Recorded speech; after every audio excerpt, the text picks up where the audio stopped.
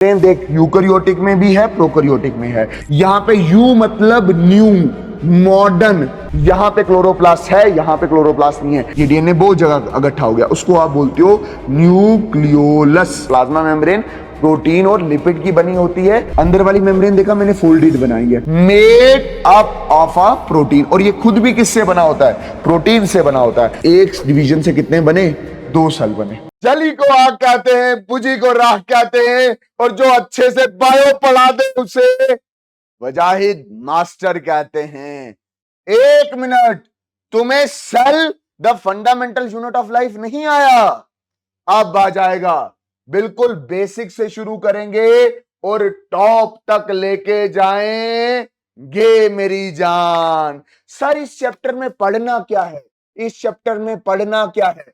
तो मेरी जान, इस चैप्टर में हमने ये पढ़ना है कि असल में हमारी बॉडी किससे बनी होती है। सर बहुत सारे लोग ये बोलते हैं कि हमारी बॉडी सॉइल से बनी है, मिट्टी से बनी है, बट वजाहिद मास्टर और वजाहिद मास्टर का दोस्त, कौन दोस्त? आइंस्टाइन दोस्त। क्या आइंस्टाइन दोस्त क्या बोलेगा कि बॉडी किससे बनी होती है?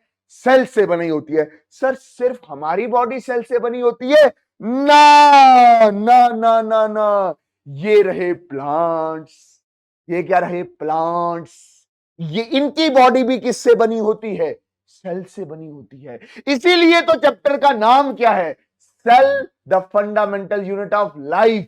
जो लिविंग वो किससे बना होगा? सेल से बना होगा। आप अक्सर मेरी क्लास में ये पूछा करते थे। क्या पूछा करते थे? सर, ओ सर, सर वो बशीरा कौन है? ये है हमारा बशीरा।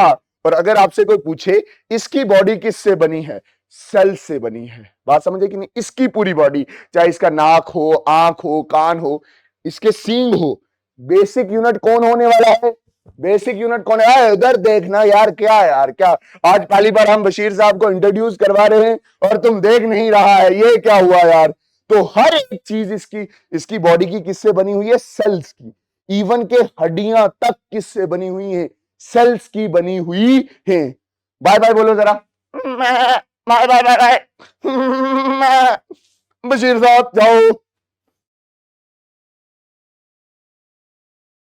ठीक, तो मैंने आपको क्या बोला कि हमारी बॉडी के अंदर जो हड्डियां भी होती हैं वो भी किससे बनी होती हैं? सेल से बनी होती है। वो भी किससे बनी होती है मेरी जान? सेल से बनी होती है। मेरी बॉडी की स्किन भी किससे बनी होती है? That is made up of the cell. इसी सेल को हमने इस चैप्टर में अच्छे से सीखना है। तो चलिए शुरू करते हैं अपना प्यारा chapter, that is cell the basic fundamental unit of life. उससे पहले अलेक्स सर अस्सलाम वालेकुम, बच्चों को नोट्स के बारे में बताना है। तो नोट्स कहां मिलेंगे? तो मेरी जान, नोट्स मिलेंगे आपको पीडब्ल्यू ऐप पे। आप जब यहां पे जाओगे तो यहां पे होगा study package, batch, test series. और यहां आप बैचेस में जब आप क्लिक करोगे, यहां सर्च करना। क्या सर्च करना? वन शॉट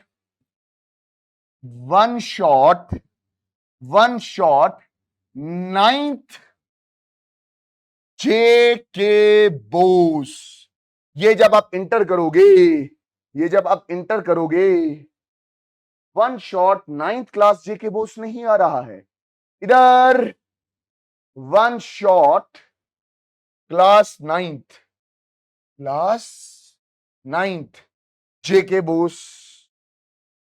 ये वाला जो हमारा बैच होगा, इस बैच में आपको सारे लेक्चर्स के नोट मिलेंगे, चाहे वो मैथ्स के हों या चाहे वो किसके हों, साइंस के हों। साइंस में किसके? फिजिक्स, केमिस्ट्री एंड बायो के। ठीक है, चलिए वापस आते हैं अपने लेक्चर पे, that is cell the unit of life पे। बहुत बढ़िया sir, the fundamental unit of life क्या है वो? That is cell. क्या है वो? That is cell. Cell is the fundamental unit of life. चलिए थोड़ा आगे चलते हैं। अच्छा, ये मेरा दोस्त है, इसका नाम है नजीर, और इसका नाम है अशरफ। बशीर साहब तो पहले आ गए थे, है ना। तो नजीर साहब बोल रहे हैं भाई फोन 2% आ गया है, चार्जर है क्या? तो अशरफ साहब बोल रहे बैटरी तो फोन की गई है, तो कैसे चलाओगे पूरा दिन? मतलब ये इससे बोल रहा है, मतलब ये अशरफ, नजीर साहब क्या बोल रहे हैं, मेरे फोन की बैटरी डेड हो गई है। और अशरफ क्या बोल रहे हैं, अशरफ ये बोल रहे हैं फोन की बैटरी तो डेड हो गई है, पूरे दिन कैसे गेम खेलेगा, कैसे गेम चलेगी? तो मतलब तू तू खुद का चार्जर कब लगाता है, कभी सोचा? मतलब कि भाई साहब जब नजीर ने ये बोला मेरा फोन डेड हो गया, मतलब फोन डेड हो जाता है, तो अशरफ ने उससे ये सवाल किया जैसे फोन डेड होता है, क्या तेरी बॉडी भी डेड होती है फोन चलाते चलाते? तो तू अपना चार्जर कब लगाता है, तू अपना चार्जर कब लगाता है? मतलब मेरी बॉडी खुद की पावर बैंक है, मतलब हमारी बॉडी खुद का पावर बैंक है, खुद एनर्जी जनरेट करता है।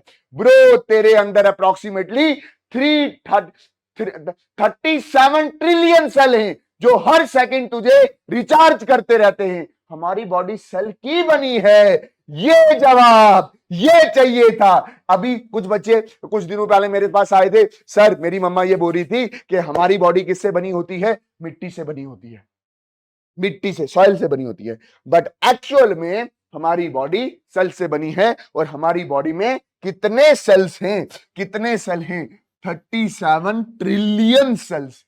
ये खास बात। Done sir. अच्छा, ओके ओके, अब समझा, सेल ही असली चार्जर है, और उन्हीं सेल के बिना एक लाइफलेस पोटैटो होता है।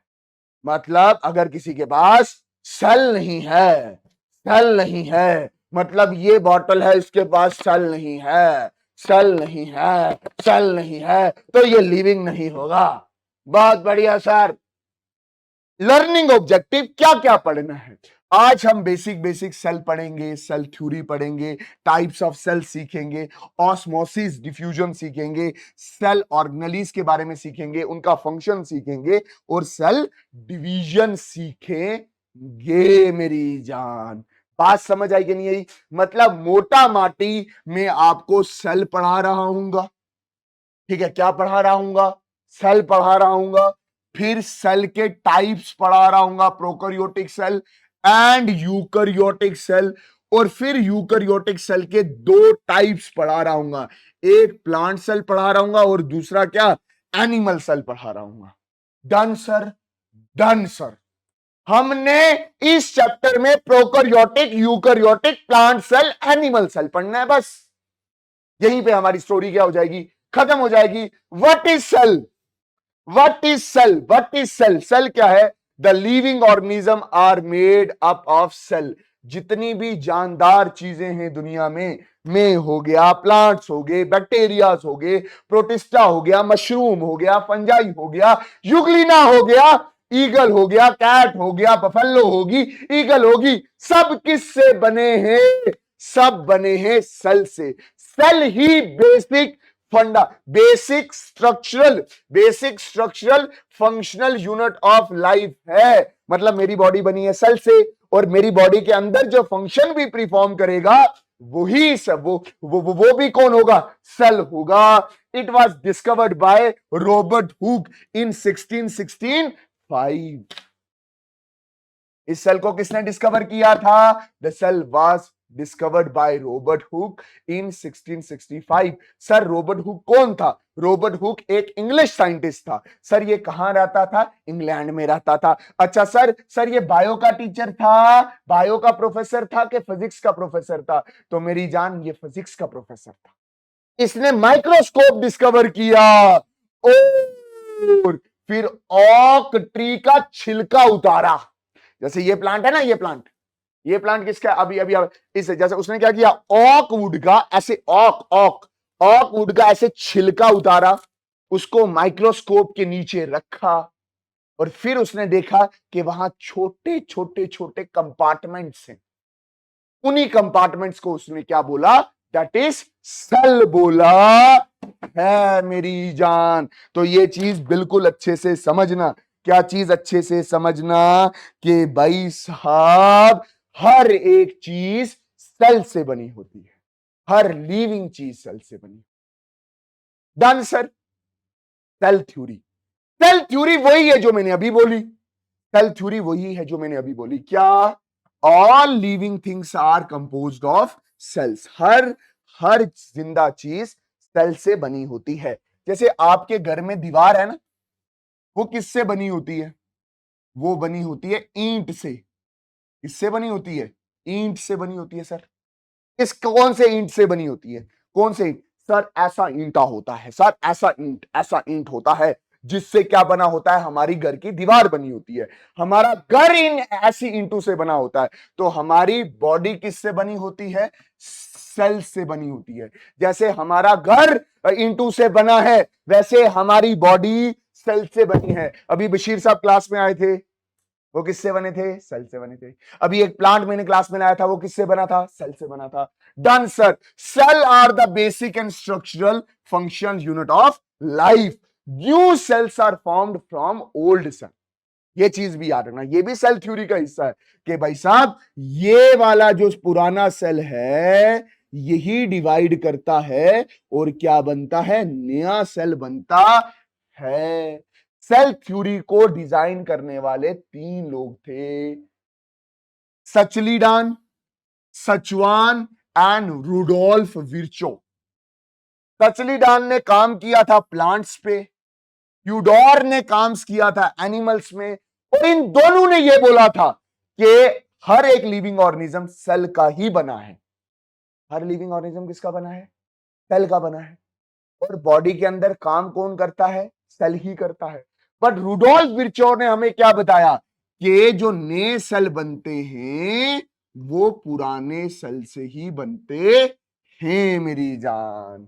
अच्छा, जब आप लिविंग ऑर्गेनिज्म को देखते हो, ठीक, वो 2 तरह के होते हैं। कुछ होते हैं यूनिसेलुलर ऑर्गेनिज्म और कुछ होते हैं मल्टीसेलुलर ऑर्गेनिज्म। यूनिसेलुलर ऑर्गेनिज्म वो होते हैं जिनके पास केवल और केवल एक ही सेल होता है और सिंगल सेल ही परफॉर्म करता है लाइफ के सारे फंक्शन। सारे फंक्शन, खाना पीना, उठना, सांस लेना, सब एक ही सेल परफॉर्म करता है। जैसे मेरे पास एग्जांपल क्या है? ओ मोइबो, ओ मोइबो यूनिसेलुलर है। सर कहां होती है? ये मेरे पास चश्मे का पानी है, इसमें होती है। आई बात समझ?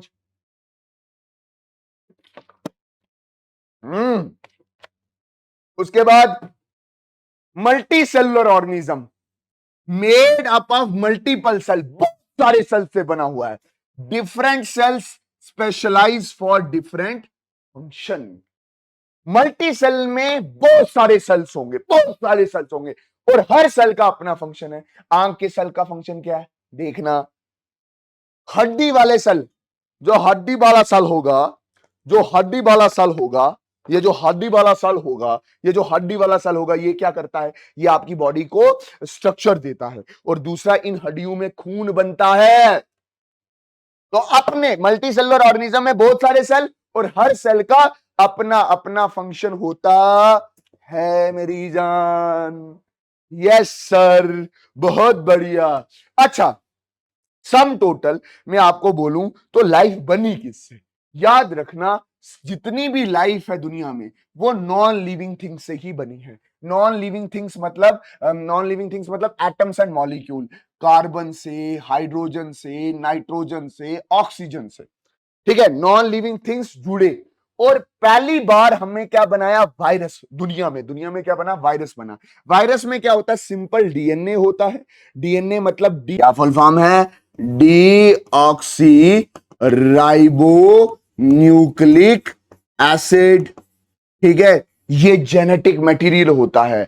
ये डीएनए आगे जाके मैं आपको बताऊंगा कि इसी डीएनए पे हमारा करैक्टर लिखा होता है कि हमारा स्किन का कलर क्या होगा, हमारे आंखों का कलर क्या होगा, हमारे बाल करली होंगे कि नहीं होंगे, हमारी नाक कैसी होगी, हमारी जुबान कैसी होगी, हमारी दाढ़ी का पैटर्न क्या होने वाला है, ये सारा इसी डीएनए में लिखा होता है। कभी कभी डीएनए की जगह आरएनए भी होता है। आरएनए मतलब ribo nucleic acid. Done sir.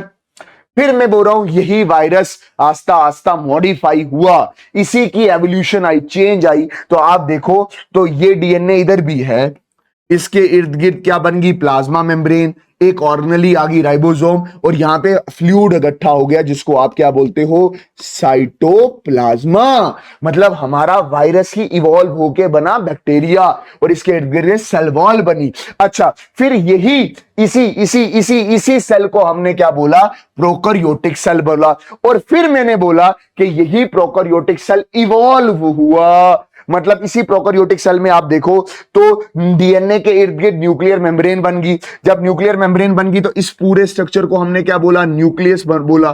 फिर और क्या हुआ, गोल्गी कॉम्प्लेक्स आ गया। राइबोसोम इधर भी था, राइबोसोम इधर भी है, बट ये राइबोसोम थोड़ा हल्का है, 70s टाइप, ये वाला 80s टाइप है। फिर यहां पे माइटोकॉन्ड्रिया आ गया, यहां पे क्लोरोप्लास्ट आ गया, यहां पे लाइसोसोम आ गए। मतलब के ये यहां पे कुछ चेंजेस हुई, कुछ एडिशंस हुई, और इसी से हमारे पास नया सेल बना, दैट इज यूकैरियोटिक सेल। तो मैं अच्छे से बोलूं, हमारी लाइफ शुरू हुई नॉन लिविंग थिंग से। नॉन लिविंग थिंग जुड़े तो बना वायरस। वायरस में डीएनए और आरएनए भी हो सकता है, और प्रोटीन की कोट है। फिर इसने थोड़ा अच्छा किया अपने आप को, ये डीएनए बीच में रहा, साइटोप्लाज्म एक ऑर्गेनेली इंटर हुई, प्लाज्मा मेम्ब्रेन बनी और सेल वॉल बना। तो ये बना प्रोकैरियोटिक सेल, या जिसको आपने क्या बोला, बशीर साहब, बैक्टीरिया बना। ठीक। फिर इसी बैक्टीरिया ने अपने अंदर मॉडिफिकेशन की, कुछ और ऑर्गेनेली ऐड ऑन की, ये आपको दिख रही है, और ये बना हमारे पास यूकैरियोटिक सेल। और यूकैरियोटिक सेल में आप इस चैप्टर में कौन सा सेल पढ़ोगे, plant cell and animal cell. मतलब आपने इस चैप्टर में prokaryotic cell and eukaryotic cell पढ़ना है, और यूकैरियोटिक में प्लांट एंड एनिमल सेल पढ़ना है। अच्छा, ये आपके सामने रहा prokaryotic cell and eukaryotic cell. दुनिया में सबसे पहले प्रोकैरियोटिक सेल आया कि यूकैरियोटिक सेल आया? दुनिया में सबसे पहले प्रोकैरियोटिक सेल आया, फिर यूकैरियोटिक सेल आया। अगर आप अच्छे बच्चे हो तो आप अच्छे से देखो तो ये बिल्कुल सिंपल स्ट्रक्चर है, ये थोड़ा कॉम्प्लेक्स स्ट्रक्चर है। अगर इसमें देखो तो ये ऐसे डीएनए बिल्कुल ऐसे बिखरा हुआ है, डीएनए बिल्कुल ऐसे बिखरा हुआ है, इसको आपने क्या बोला, न्यूक्लियोइड बोला। फिर आपने देखा तो इसमें साइटोप्लाज्मा है, ठीक है। और फिर आप देखो तो ये प्लाज्मा मेम्ब्रेन है, आगे मैं डिस्कस करूंगा। और छोटी छोटी ऑर्गेनेली, सिर्फ कौन सी ऑर्गेनेली है, राइबोसोम, और इसके इर्द गिर्द एक और मेम्ब्रेन होती है जिसको आप क्या बोलते हो, प्लाज्मा मेम्ब्रेन। और आउटर मेम्ब्रेन कौन सी होती है, सेल वॉल। और ये वाले जो स्ट्रक्चर आपको दिख रहे हैं, ये कौन सा है, दैट इज फ्लैजिला है मेरी जान। और ये यूकैरियोटिक सेल, यूकैरियोटिक सेल में आपको कुछ एडवांसमेंट दिख रही होंगी, आपको न्यूक्लियस दिख रहा होगा, है ना, आपको न्यूक्लियस दिख रहा होगा, न्यूक्लियोलस दिख रहा होगा, एंडोप्लाज्मिक रेटिकुलम दिख रहा होगा, माइटोकॉन्ड्रिया दिख रहा होगा, लाइसोसोम दिख रहा होगा, और गोल्गी अपरेटस दिख रहा होगा। ये प्रोकैरियोटिक और यूकैरियोटिक सेल में डिफरेंसेस हैं। अब ये जो आपके पास सिंपल सा स्ट्रक्चर बना है, ये क्या है, दैट इज प्रोकैरियोटिक सेल। और ये किस में पाया जाता है, सिर्फ बैक्टीरिया में पाया जाता है। और अगर आप देखो तो ये एक ही सेल है।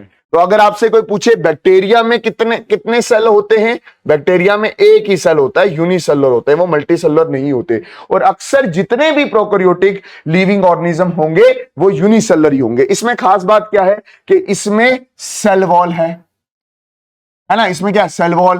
फिर अगर आप ध्यान से देखो तो प्लाज्मा मेम्ब्रेन है, सेल वॉल जो इसको बाहर से प्रोटेक्ट करके रखेगी।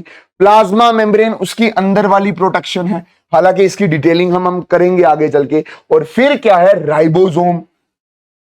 राइबोसोम छोटे वाला राइबोसोम होता है इसमें। और फिर यहां पे फ्लूइड फिल्ड होता है जिसको आप क्या बोलते हो, साइटोप्लाज्म बोलते हो। और फिर यहां पे ये डीएनए है, डीएनए थ्रेड लाइक होता है, तो ये डीएनए एक जगह इकट्ठा हो जाता है, जिसको आप क्या बोलते हैं, न्यूक्लियोइड। ये न्यूक्लियर मेम्ब्रेन इसमें नहीं होती। फिर सेल के ऊपर ना ऐसे स्ट्रक्चर होते हैं मूवमेंट के लिए। छोटे स्ट्रक्चर को हम बोलते हैं सीलिया और बड़े स्ट्रक्चर को हम बोलते हैं flagella. Cilia small small locomotory structure है और फ्लैजिला लार्ज लोकोमोटरी स्ट्रक्चर है।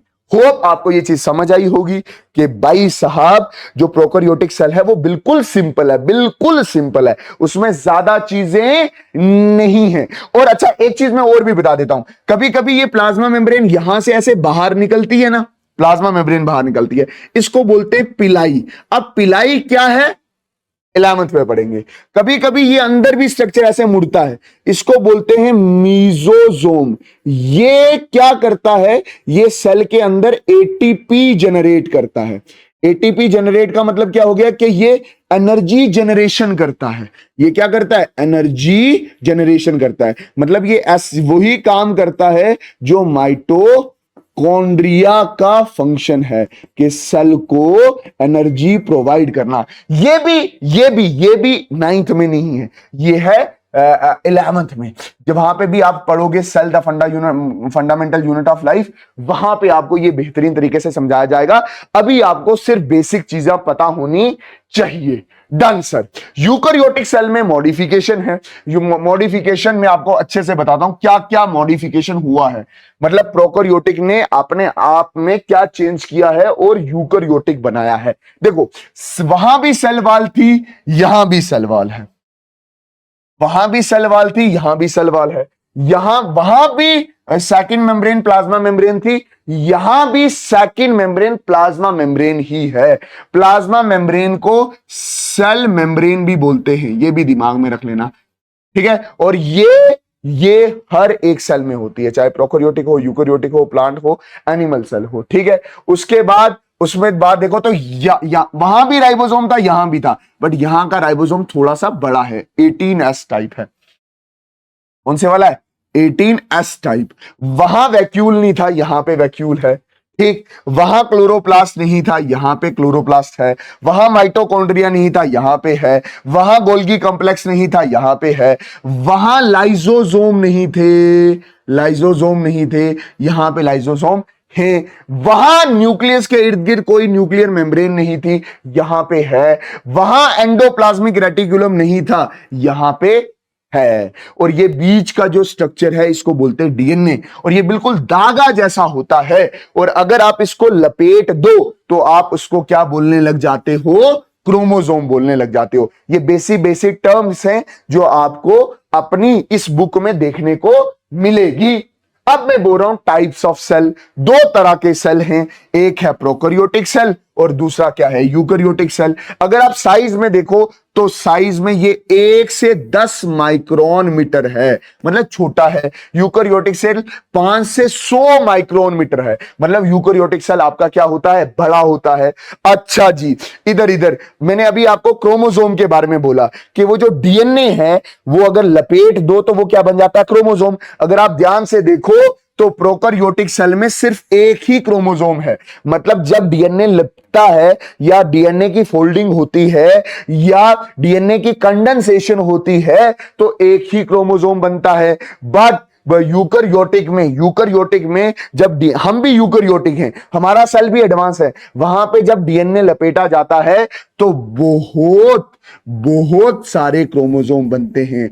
मेरे सेल में, मतलब मैं Wajid sir, human being, animal cell, eukaryotic cell, उसमें तकरीबन 46 क्रोमोसोम बनते हैं। अगर आपसे बोले कि क्रोमोसोम क्या होता है, डीएनए एक बार फोल्ड हो जाए तो वो एक बंडल बनाता है जिसको आप क्या बोलते हो, क्रोमोसोम्स बोलते हो, ठीक है। Nucleus is not well defined, nuclear membrane is absent. और यहां पे क्या होगा, nucleus is well defined and surrounded by nuclear membrane. यहां पे यूकैरियोटिक सेल में न्यूक्लियर मेम्ब्रेन होती है। अच्छा, बेसिक डिफरेंस बिटवीन सेल्स अगर अच्छे से मैं बोलूं, एक तरफ है यूकैरियोटिक सेल, एक है prokaryotic cell. Prokaryotic cell primitive है, ये पुराना है, पुराना प्रो का मतलब ही क्या होता है, प्रीमिटिव। और ये क्या है, थोड़ा सा क्या है, एडवांस है। और ये किसको लेके प्री है? ये करियोटिक, करियोटिक का मतलब होता है न्यूक्लियस को लेके। यहां पे पुराना वाला न्यूक्लियस है, यहां पे यू मतलब न्यू, मॉडर्न, और क्या? न्यूक्लियस। आई बात समझ? डेफिनेशन क्या? Any cell that contain clearly defined nucleus, any unicellular organism that does not contain a membrane bound nucleus। membrane bound nucleus कोनो नहीं है, यहां पे membrane bound nucleus है। इसमें एनिमल सेल हो गया, प्लांट हो गया, फंजाई हो गया, फंजाई मतलब जो मशरूम आप खाते हो, प्रोटिस्टा, प्रोटिस्टा मैंने अभी एग्जांपल दी थी आपको किसकी? अमीबा। और यहां पे कौन सा हो गया? बैक्टीरिया। प्रोकैरियोटिक में आप बैक्टीरिया ही देखते हो, बाकी जितने भी लिविंग ऑर्गेनिज्म हैं वो सारे यूकैरियोटिक हैं, ठीक है। बट हमने यूकैरियोटिक में दो ही तरह के लिविंग ऑर्गेनिज्म देखने हैं, एक है प्लांट और दूसरा है animal. Nucleus present, membrane bond. Nucleus क्या है? एब्सेंट, न्यूक्लियाइड रीजन होता है, मतलब यहां पे डीएनए ऐसे खुले में पड़ा होता है, बट यहां पे जो डीएनए है उसके इर्द गिर्द न्यूक्लियर मेम्ब्रेन होती है। अच्छा, साइज क्या है? यूकैरियोटिक का साइज बड़ा है और यूकैरियोटिक का साइज बड़ा है, प्रोकैरियोटिक का साइज छोटा है। बहुत बढ़िया सर। अच्छा जी, फिर उसके बाद मैंने क्या बोला? ऑर्गेनिज्म का टाइप क्या है? Eukaryotic generally multi cellular organism में होते हैं। जैसे मैं हूं, मेरे जितने भी सेल्स होंगे वो यूकैरियोटिक होंगे, प्लांट्स के कितने भी सेल्स होंगे यूकैरियोटिक होंगे, ठीक। प्रोकैरियोटिक हमेशा यूनिसेलुलर ऑर्गेनिज्म मतलब बैक्टीरिया में पाया जाता है मेरी जान, ठीक है। राइबोसोम इसमें बड़ा है, 18S टाइप है, और प्रोकैरियोटिक में छोटा है, 17S साइड है। अब 18 और 17S अभी याद रखो साइज, 18S का साइज, 17S का टाइप। 11th में इसको और नेक्स्ट लेवल जाके पढ़ना, ठीक है। ऑर्गेनेलीज यहां पे प्रेजेंट हैं, यहां पे ऑर्गेनेलीज एब्सेंट है। माइटोकॉन्ड्रिया इधर है, इधर नहीं है। क्लोरोप्लास्ट इधर है, इधर नहीं है, ठीक है। एंडोप्लाज्मिक रेटिकुलम इधर है नहीं है। गोल्गी कॉम्प्लेक्स इधर है, इधर नहीं है। समझ आ रहा है? रुखसाना, फरजाना, बशीरा, नजीरा, क्या तुमको समझ आ रहा है? आप कमेंट तो करते नहीं हो, आपने कमेंट करके भी तो बताना है कि भाई साहब कैसा लगा है लेक्चर। अच्छा जी, basic difference between the cells. अरे भाई साहब, इधर देखो, मैंने आपको क्या बोला? क्या यूकैरियोटिक में हेरिडिटी इंफॉर्मेशन होती है? हेरिडिटी इंफॉर्मेशन मतलब डीएनए होता है। डीएनए का मतलब हो गया वो थ्रेड लाइक मॉलिक्यूल जिसमें हम सबके करैक्टर लिखे हैं। क्या यूकैरियोटिक में होता है? यस। क्या प्रोकैरियोटिक में होता है? यस, दोनों में होता है। सेल वॉल यूकैरियोटिक में होती है present in plants and fungi. Animals में सेल वॉल नहीं होती। एनिमल सेल में आगे करवाऊंगा आपको वहां पे सेल वॉल क्या है? एब्सेंट है। अच्छा, प्रोकैरियोटिक में present in all prokaryote. Bacteria में सेल वॉल होती है मेरी जान। प्लाज्मा मेम्ब्रेन देख, यूकैरियोटिक में भी है, प्रोकैरियोटिक में है, तो प्लाज्मा मेम्ब्रेन यूनिवर्सल है, हर कहीं है, ठीक है। साइटोप्लाज्म भी यूनिवर्सल है, प्रोकैरियोटिक में भी है, यूकैरियोटिक में भी है। अब types of prokaryotic and eukaryotic cell, मतलब अभी आपने प्लांट सेल और एनिमल सेल को नेक्स्ट लेवल जाके पढ़ना है। बात समझ आई कि नहीं आई? ये चीज अच्छे से समझना। मैंने क्या बोला? यूकैरियोटिक सेल दो तरह का, एक है प्लांट सेल और दूसरा क्या है? Animal cell. और आपने प्लांट और एनिमल सेल अच्छे से पढ़ना है। देख, प्रोकैरियोटिक यूकैरियोटिक मैंने अच्छे से बता दिया। अब मैंने क्या बताना है? प्लांट और एनिमल सेल। प्लांट और एनिमल सेल। देख, प्लांट सेल ऐसा है, एनिमल सेल ऐसा है। प्लांट सेल अक्सर आपको रेक्टेंगल शेप में दिखेगा, एनिमल सेल गोल भी दिख सकता है, राउंड भी दिख सकता है, अमीबा लाइक्स दिख सकता है, ठीक है ना भाई? समझे नहीं? इररेगुलर शेप का हो सकता है। बट अगर आपको अच्छे से देखो, दोनों के बीच में बेसिक डिफरेंस क्या है? बेसिक डिफरेंस ये है कि यहां पे जो वैक्यूल है, यहां का जो वैक्यूल है वो बड़ा है, बट यहां पे जो वैक्यूल है वो छोटा है। पहला डिफरेंस। दूसरा, अगर आप देखो तो यहां पे सेल वॉल है, यहां पे ये आउटर सेल वॉल है, बट यहां पे सेल वॉल नहीं है। और क्या है? क्लोरोप्लास्ट यहां पे है, यहां पे नहीं है। क्लोरोप्लास्ट यहां पे है जिसकी वजह से प्लांट ग्रीन कलर का दिखता है, यहां पे है, वहां पे नहीं है। अच्छा देख ये क्या है, सबसे पहले cell wall, outer membrane, cell wall इधर भी है, सेल मेम्ब्रेन इधर भी है, इधर भी है, न्यूक्लियस इधर भी है, इधर भी है। यहां का न्यूक्लियस सेंटर में होता है, बट यहां का न्यूक्लियस थोड़ा इधर टिल्ट हो जाता है क्योंकि वैक्यूल थोड़ा बड़ा है। इधर भी राइबोसोम है, इधर भी राइबोसोम है, ठीक है। इधर भी एंडोप्लाज्मिक रेटिकुलम है, इधर भी एंडोप्लाज्मिक रेटिकुलम है। अच्छा इधर भी साइटोप्लाज्म है, इधर भी साइटोप्लाज्म है, इधर भी माइटोकॉन्ड्रिया है, इधर भी माइटोकॉन्ड्रिया है, इधर भी गोल्गी कॉम्प्लेक्स है, इधर भी गोल्गी कॉम्प्लेक्स है। फर्क क्या है, यहां वैक्यूल बड़ा है, यहां वैक्यूल अगर है तो छोटा है।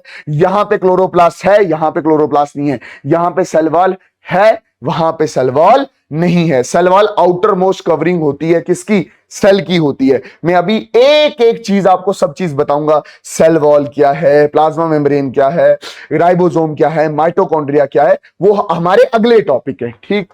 अच्छा जी ये देखिए, ये देखिए, ये देखिए, ये देखिए, ये आपके सामने कौन सा सेल है सर, यूकैरियोटिक सेल है। कौन सा सेल है, कौन सा सेल है, यूकैरियोटिक। यूकैरियोटिक में कौन सा, प्लांट सेल, ठीक। Done sir. अब प्लांट सेल आपको अक्सर कौन सा दिखता है, प्लांट सेल आपको अक्सर रेक्टेंगुलर शेप का दिखता है। पहली कवरिंग कौन सी है, सेल वॉल, पहली आउटर कवरिंग। दूसरी कौन सी है, प्लाज्मा मेम्ब्रेन। फिर आपको देखो तो ये बीच में फ्लूइड भरा हुआ है, इसको आप क्या बोलते हो, साइटोप्लाज्मा बोलते हो। इधर वैक्यूल बड़ा है, वैक्यूल बड़ा होने की वजह से न्यूक्लियस थोड़ा इधर टिल्ट हो गया है। देखो यहां पे न्यूक्लियस भी है, यहां पे ये क्या है, डीएनए। इधर आराम से सुनना थोड़ा सा, अरे भाई साहब ये क्या है, सेल वॉल, और यहां पे न्यूक्लियोइड नहीं है, अब ये क्या है, न्यूक्लियस है, मेम्ब्रेन है। अच्छा ये क्या है, डीएनए। डीएनए एक जगह बहुत ज्यादा इकट्ठा हो जाता है, उसको आप बोलते हो न्यूक्लियोलस, ठीक है। एक जगह डीएनए बहुत इकट्ठा हो जाता है। फिर ये क्या है, राइबोसोम। यहां पे राइबोसोम 18S टाइप, माइटोकॉन्ड्रिया भी है, गोल्गी कॉम्प्लेक्स भी है, और ये क्या है, दैट इज एंडोप्लाज्मिक रेक्टिकुलम। बढ़िया डायग्राम है ना, खूबसूरत डायग्राम बनाई है ना। हाँ सर, सर ये आपने खुद बनाई है, हाँ मैंने खुद बनाई है। सर हमारे सामने बना के बताइए, आपके सामने बनाएंगे तो हमारा वन शॉट लंबा नहीं हो जाएगा, बात नहीं। अच्छा जी उसके बाद देखो तो हमारे पास कौन सा सेल है, इधर। उसके पास अगर अगर अगर आप अच्छे से देखो तो ये वाला सेल जिसमें सेल वॉल नहीं है, तो ये वाला सेल आपको पता है कौन सा सेल होता है, जल्दी से, जल्दी से कमेंट करो, ये वाला कौन सा सेल है, ये है एनिमल सेल, है ना। एनिमल सेल में देखो तो सेल वाला आपको कहीं नहीं दिख रही है। पहले क्या दिख रहा है, प्लाज्मा मेम्ब्रेन। दूसरा क्या दिख रहा है, साइटोप्लाज्मा। वैक्यूल का साइज क्या, छोटा, और बहुत सारे वैक्यूल हैं। राइबोसोम भी दिख रहा है, बट वो कौन सा, 18S टाइप। प्रोकैरियोटिक में 70S टाइप है, प्लांट और एनिमल सेल में 80S टाइप है। न्यूक्लियस भी दिख रहा है। अच्छा ये थोड़ा सा आप चेंज करोगे, यहां पे न्यूक्लियोइड नहीं है, अब ये क्या है, न्यूक्लियस है, क्योंकि यहां पे न्यूक्लियर मेम्ब्रेन है। ये वाली जो आपको दिख रही है ये क्या है, दैट इज न्यूक्लियर मेम्ब्रेन। ये न्यूक्लियर मेम्ब्रेन यहां पे है। फिर अगर आप ध्यान से देखो तो ये माइटोकॉन्ड्रिया है, ये क्या है, गोल्गी कॉम्प्लेक्स है, ठीक है। चेंजेस क्या हुआ, यहां पे क्लोरोप्लास्ट नहीं है, ये देखो यहां पे जो क्लोरोप्लास्ट है वो नहीं है। यहां पे और क्या नहीं है, सेल वॉल नहीं है।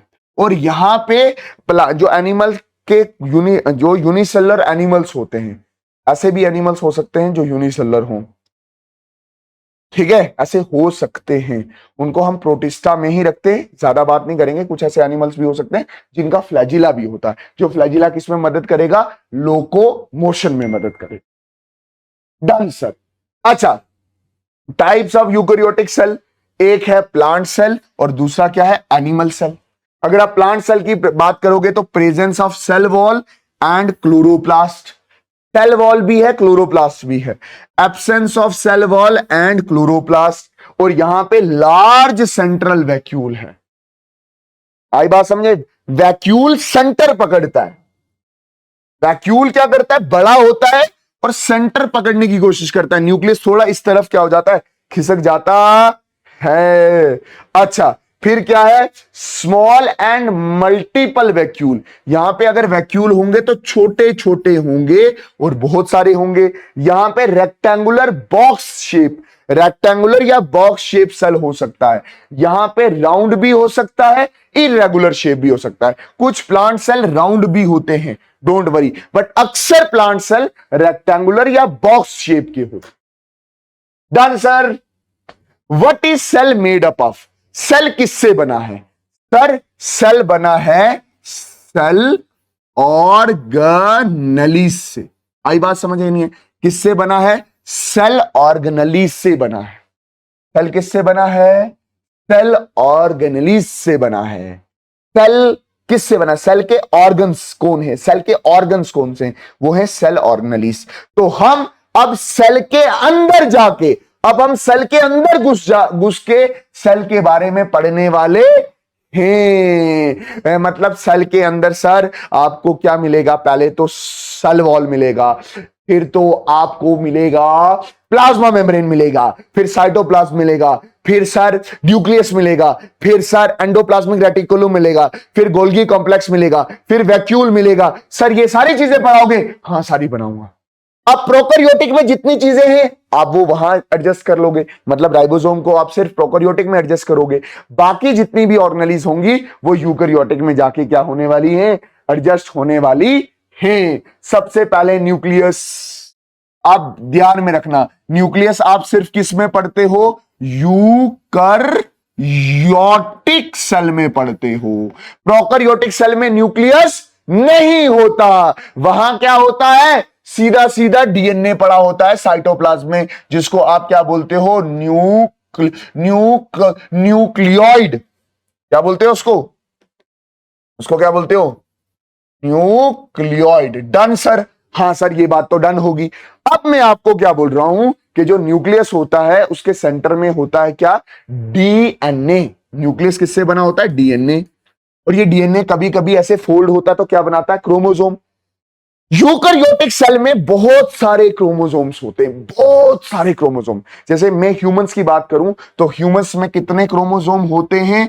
ह्यूमन में होते हैं 46 क्रोमोसोम। और अगर मैं अच्छे से बात करूं तो ये न्यूक्लियस के आउटर इधर मेम्ब्रेन है, मतलब जो न्यूक्लियस है वो वेल प्रोटेक्टेड है। किससे? दैट इज न्यूक्लियर मेम्ब्रेन से। अच्छा, एक जगह ये डीएनए बहुत ज्यादा इकट्ठा हो जाता है, ये डीएनए बहुत जगह इकट्ठा हो गया, उसको आप बोलते हो न्यूक्लियोलस। और न्यूक्लियोसल का काम होता है कि क्या बनाना? राइबोसोम बनाना। न्यूक्लियोलस क्या काम करता है? राइबोसोम बनाता है। ठीक है। The controller centre of the cell, ये कंट्रोलर सेंटर होता है सेल का। इसके अंदर डीऑक्सी राइबो न्यूक्लिक एसिड होता है, makes RNA and protein.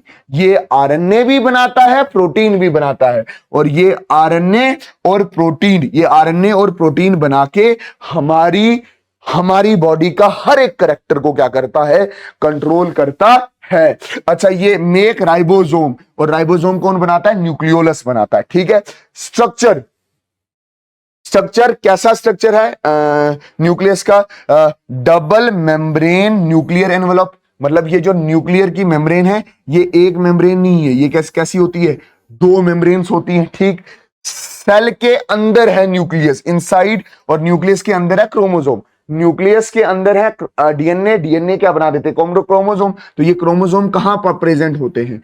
Nucleus के अंदर होते हैं। कंटेन इंफॉर्मेशन फॉर इनहेरिटेंस, मतलब इसी के अंदर हमारी सारी इंफॉर्मेशन है, सारी इंफॉर्मेशन कि मेरी स्किन कैसी होगी, मेरे बाल कैसे होंगे, मेरे कान कैसा होगा, नाक कैसा होगा, मेरी दाढ़ी का स्ट्रक्चर कैसा होगा, मेरी बॉडी किस तरह से बनेगी, मेरी आंख का कलर क्या होगा, वो सारा डीएनए में होगा। और यही डीएनए मेरे बच्चों में जाएगा, तो जो मेरे कैरेक्टर होंगे वो मेरे बच्चों के कैरेक्टर होंगे। अगर मैं इंसान हुआ तो मेरे बच्चे भी इंसान होंगे, अगर मैं कोई और जानवर हुआ, बकरी हुई, तो मेरा बच्चा भी क्या होगा? बकरी होगी।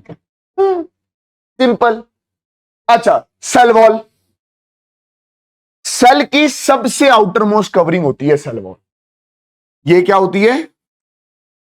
Outer most, COVER, outermost covering होती है क्या? आउटर मोस्ट कवरिंग है cell wall. Provide support and protection to the cell, मतलब ये सेल है, बाहर से कोई भी हमला कर दे, मतलब कोई भी ऑर्गेनिज्म आए और इसके साथ टकराए, तो ये क्या प्रोवाइड करता है? प्रोटेक्शन प्रोवाइड करता है। ठीक है, और सेल के अंदर ये साइटोप्लाज्म है। ठीक है, अब ये साइटोप्लाज्म अगर ज्यादा हो जाए तो सेल फट सकता, तो ये सेल वॉल सेल को फटने भी नहीं देता। Lies outside the cell membrane, cell membrane के बाहर होता है, मतलब ये सेल वॉल है तो इसके अंदर क्या होगी? एक और मेम्ब्रेन होगी जिसको आप क्या बोलोगे? सेल मेम्ब्रेन बोलोगे। Not present in animal cell, animal cell में ये नहीं होता। ये सेल वॉल आपको प्रोकैरियोटिक सेल में मिलता है, बैक्टीरिया में मिलता है, प्रोकैरियोटिक सेल में मिलता है, और यूकैरियोटिक सेल में भी मिलता है। बट यूकैरियोटिक सेल में किस में मिलता है? यूकैरियोटिक सेल में किस में मिलता है? सिर्फ प्लांट सेल में मिलता है। Answer cell membrane, cell membrane second membrane है। ठीक है, याद रखना, सेल मेम्ब्रेन जैसे सेल वॉल आउटर है, ये सेल वॉल है। ठीक है, सेल वॉल आउटर है, इसके अंदर क्या है? प्लाज्मा मेम्ब्रेन है। ठीक है, ये सेकंड मेम्ब्रेन है। ठीक, और ये सब जगह है, ये प्रोकैरियोटिक में भी है। ठीक है, प्रोकैरियोटिक सेल में भी है, और ये यूकैरियोटिक सेल में भी है। और जो ये यूकैरियोटिक सेल हैं, ये जो यूकैरियोटिक सेल है मतलब ये प्लांट सेल में भी होगी और एनिमल सेल में भी होगी। अगर आप थोड़ा सा अच्छे से देखो तो ये जो मेम्ब्रेन है, ये वाली मेम्ब्रेन, ये जो प्लाज्मा मेम्ब्रेन है, ये अंदर वाली प्लाज्मा में, इसको खोलोगे तो ये दो मेम्ब्रेन से बनी होती है।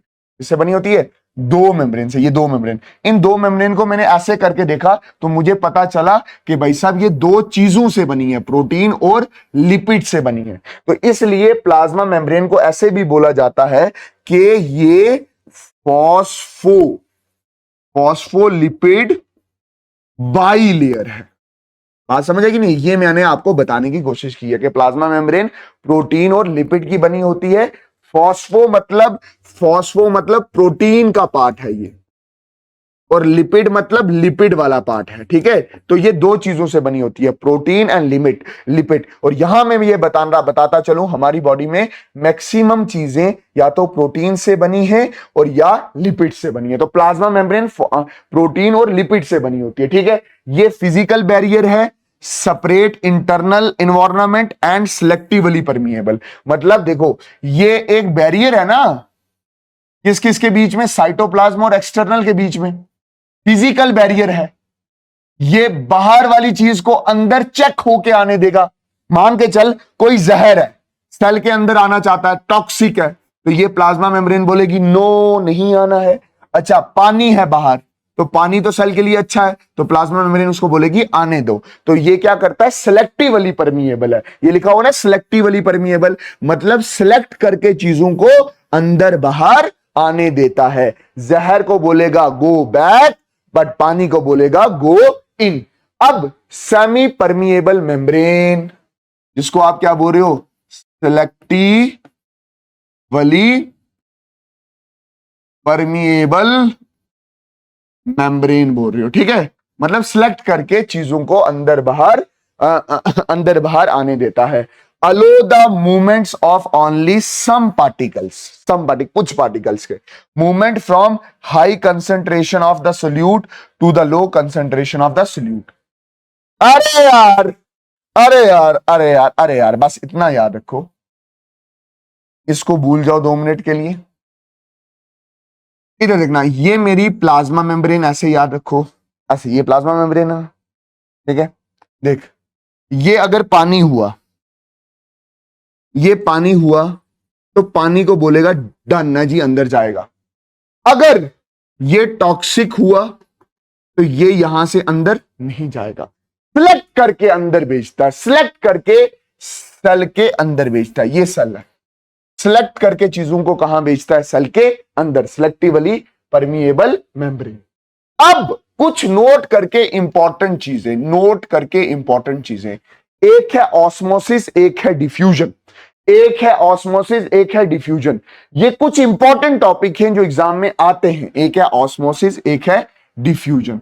ऑस्मोसिस क्या है? The movement of water molecule through such selective permeable is called osmosis. मतलब देखो, ये प्लाज्मा मेम्ब्रेन है, ये पानी है, यहां पानी का कंसंट्रेशन ज्यादा है, तो पानी हाइयर कंसंट्रेशन से जब लोअर कंसंट्रेशन की तरफ जाएगी, पानी जब हाइयर कंसंट्रेशन से लोअर कंसंट्रेशन की तरफ जाएगी, उसको आप बोलोगे osmosis.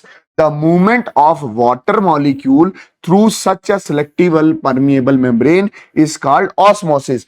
It is the passage of water from the region of high concentration through a selective permeable to a region of low water concentration till equilibrium reach। equilibrium reach मतलब देखो, यहां पानी ज्यादा, यहां पानी कम, तो पानी आस्ता आस्ता ज्यादा से कहां जाएगा? कम। कब तक? जब तक इधर का पानी और इधर का पानी बराबर नहीं हो जाता। जब चीजें बराबर हो जाती हैं, उसी पॉइंट को हम क्या बोलते हैं? इक्विलिब्रियम बोलते हैं। आगे चल के डिस्कस करेंगे। ऑस्मोसिस पानी की मूवमेंट होती है, डिफ्यूजन पानी की नहीं, किसी भी चीज की। जैसे फॉर एग्जांपल, ये मेरे पास अगरबत्ती है ना, ये अगरबत्ती है, तो मैंने इसको जलाया, तो ये अगरबत्ती की जो फ्रेग्रेंस होगी वो कहां से कहां मूव करेगी? From its higher concentration to lower concentration. Diffusion क्या चीज है? Is defined as the movement of individual molecule of a substance through a semi-permeable barrier from an area of higher concentration to an area of low concentration। मतलब diffusion में कुछ नहीं होगा। Diffusion में देख, ये plasma membrane selectively permeable membrane, कोई भी चीज एनीथिंग मूव करेगी from its higher concentration to lower concentration. कुछ भी, चाहे वो नमक क्यों ना हो, चाहे वो कार्बन डाइऑक्साइड गैस क्यों ना हो, from its higher concentration to lower concentration. ठीक है। जब देखो, पहले यहां ज्यादा है तो मूव करता रहेगा। जब यहां ज्यादा हो जाएगा, फिर वो इधर मूव करना शुरू करेगा। बट मूव तब तक करेगा, कब तक करेगा? जब तक यहां की चीज और यहां की चीज बराबर नहीं हो जाती। बस आप सिंपल याद रखो कि पानी की मूवमेंट को ऑस्मोसिस बोलते हैं, किसी और की मूवमेंट को डिफ्यूजन कहते हैं। अच्छा, इसके बाद है एंडो ऑस्मोसिस। एंडो मतलब अंदर जाना। अब देखो, ये सेल है, बाहर पानी ज्यादा है, तो पानी कहां गया? अंदर गया। जब पानी अंदर जाएगा तो बोलेंगे एंडो ऑस्मोसिस। इसकी वजह से सेल का साइज क्या कर जाता है? बढ़ जाता है, और सेल फट सकता है। तो मैं क्या बोल रहा हूं? If the medium surrounding of the cell have higher concentration then, if the medium, बाहर वाला मीडियम जो है, has a higher water concentration then the cell, meaning that the outer side solution is very dilute. मतलब यहां बाहर का जो area है, यहां पानी ज्यादा है, तो पानी ज्यादा होने को मतलब होता है डाइल्यूट ज्यादा है। डाइल्यूट मतलब पानी ज्यादा है। The cell will gain water, cell अंदर लेगा पानी। पानी जब अंदर जाएगा प्लाज्मा मेम्ब्रेन से, उसको बोलेंगे ऑस्मोसिस। सच सोल्यूशन, ये जो सोल्यूशन है इसको बोलते हैं हाइपोटोनिक सोल्यूशन। मतलब देख, ये सेल रखा हुआ है ना, सेल किसी प्लेट में रखा हुआ है जहां पे पानी भी है और साथ में सोल्यूट भी है। ठीक है, सोल्यूट बड़ा कम है बट पानी बड़ा ज्यादा है। ऐसे सॉल्यूशन को हम बोलते हैं हाइपोटोनिक सॉल्यूशन। ठीक है, ऐसा सॉल्यूशन जहां पानी यहां ज्यादा, अंदर पानी क्या है? कम, तो पानी अंदर मूव करेगा। इसको क्या बोलेंगे? That is endosmosis. एंडोऑस्मोसिस क्या होगा? Water molecules are free to pass across the cell membrane in both direction, but more water will be come into the cell. Cell के अंदर आ जाएगा। इनटू द सेल के अंदर जाएगा सेल। देख, अंदर वाला पानी भी बाहर आ रहा होगा, बट ज्यादा पानी बाहर है तो ज्यादा अंदर जा रहा होगा। ठीक, will leave the net overall result is that water enters the cell, overall पानी कहां जाएगा? अंदर। और सेल हमारा क्या हो जाएगा? स्वेल्स अप हो जाएगा, मोटा हो जाएगा। ठीक इसी तरह से है इक्विलिब्रियम। इक्विलिब्रियम का वो मतलब हो गया, देखो जैसे फॉर एग्जाम्पल मैं क्या बोल रहा हूं, आराम से सुनना, मैं क्या बोल रहा हूं कि भाई साहब पहले शुरू शुरू में पानी यहां ज्यादा था तो पानी अंदर भी मूव किया, अब आस्ता आस्ता अंदर भी तो पानी ज्यादा हो गया ना, अंदर भी पानी क्या हो गया? ज्यादा। तो अब जब अंदर पानी ज्यादा हो जाएगा वो बाहर की तरफ भी मूव करेगा। वो कंडीशन जब जितना पानी अंदर जाएगा, मतलब अगर अंदर 10 मॉलिक्यूल जाएंगे पानी के और बाहर 10 निकलेंगे, इस कंडीशन को बोलते हैं इक्विलिब्रियम। क्या? If the medium has exactly the same water concentration as that of the cell, there will be no net movement of water molecule across the cell। बोलता है अगर देख पहले अगर पानी यहां ज्यादा हुआ तो पानी अंदर मूव किया, अंदर मूव किया तो यहां पे पानी की कंसंट्रेशन क्या हुई? कम, और यहां पे क्या होगी? ज्यादा। अब यहां पे ज्यादा होगी, एक ऐसी कंडीशन होगी जब बाहर के पानी की कंडीशन और अंदर के पानी की कंडीशन क्या हो जाएगी? सेम हो जाएगी। मतलब जितने वाटर मॉलिक्यूल अंदर जा रहे होंगे उतने ही बाहर आ रहे होंगे। ठीक है, तो such solution is known as isotonic solution. इस सॉल्यूशन को क्या बोलेंगे? आइसोटोनिक सॉल्यूशन बोलेंगे। क्या? अगर बाहर भी बाहर इधर इधर मैं तुम्हें समझ नहीं आया, मैं समझ आता हूं, देख इधर मैं आराम से सुनना, मैं क्या बोल रहा हूं। ये मेरे पास सेल है,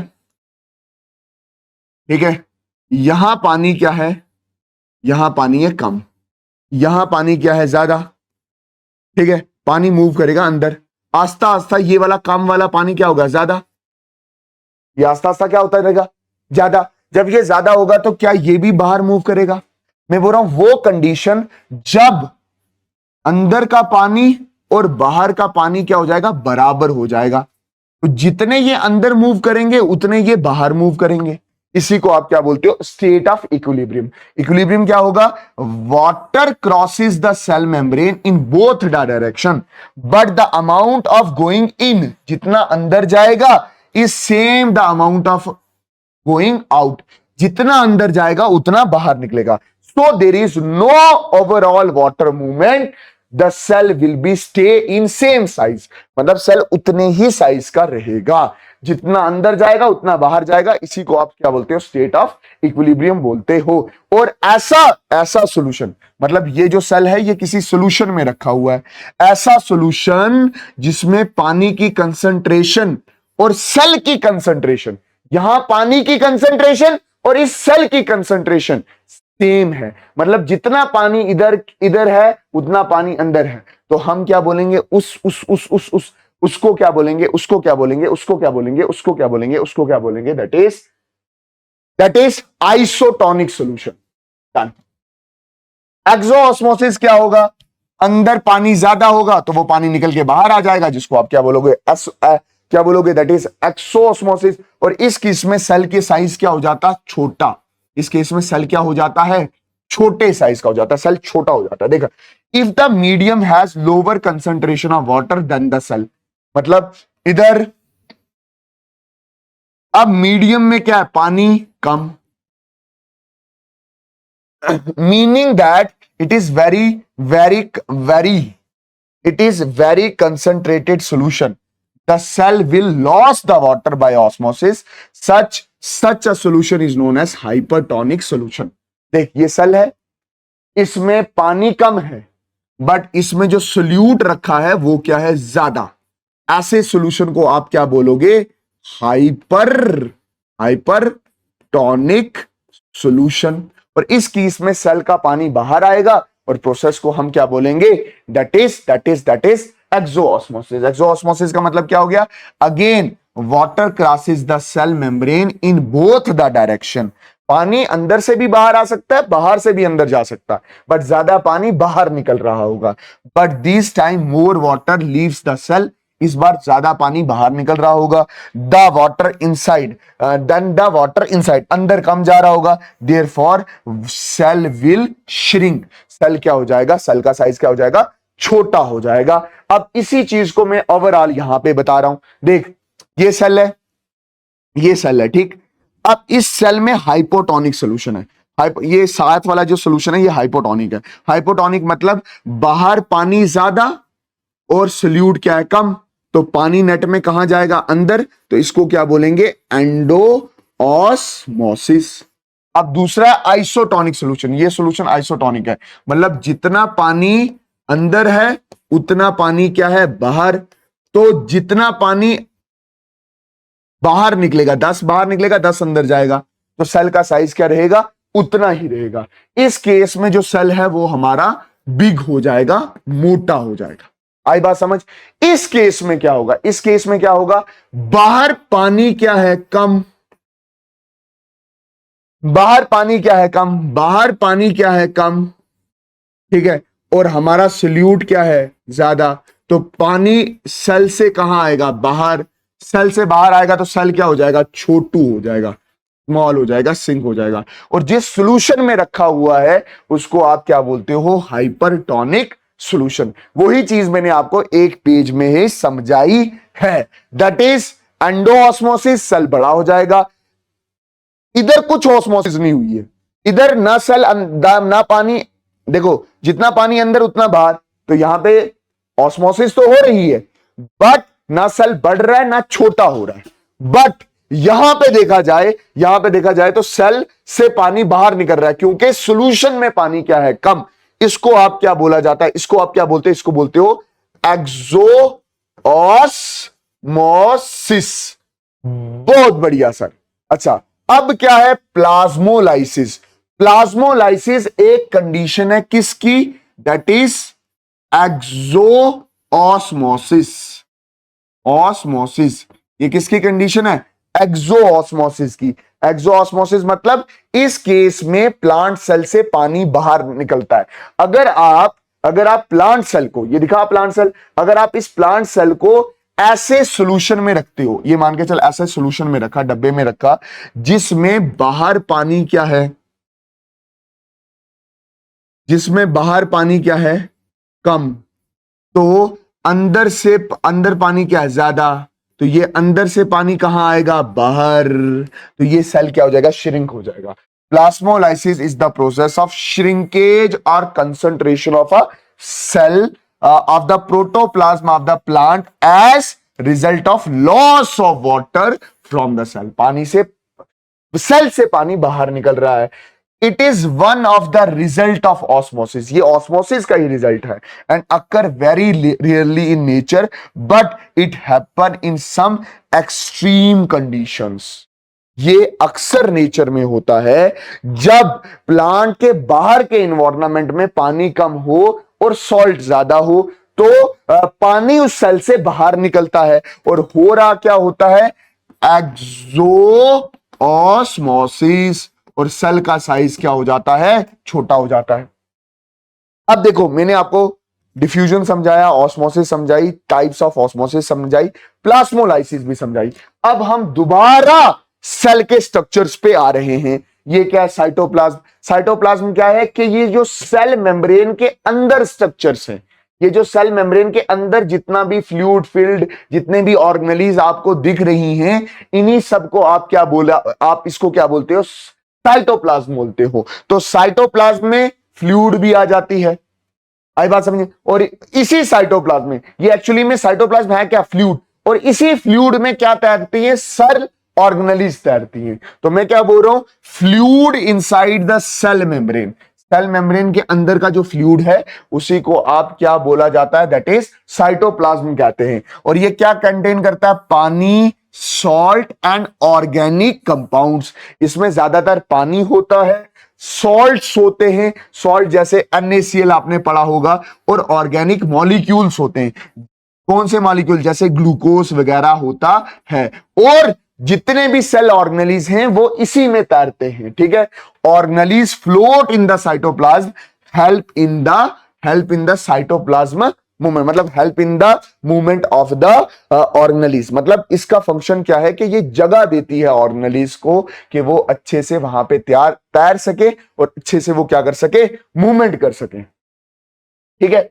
इसके बाद है सेल ऑर्गेनेलिस। अब आप अच्छे से देखो तो सेल के अंदर जितने भी ऑर्गन्स हैं, मतलब सेल किन वजह से या किस चीज से काम करता है, उसी को आप बोलते हो सेल ऑर्गेनेलिस। इसमें से एक ऑर्गेनेली में आपको पढ़ा चुका हूं, दैट इज न्यूक्लियस।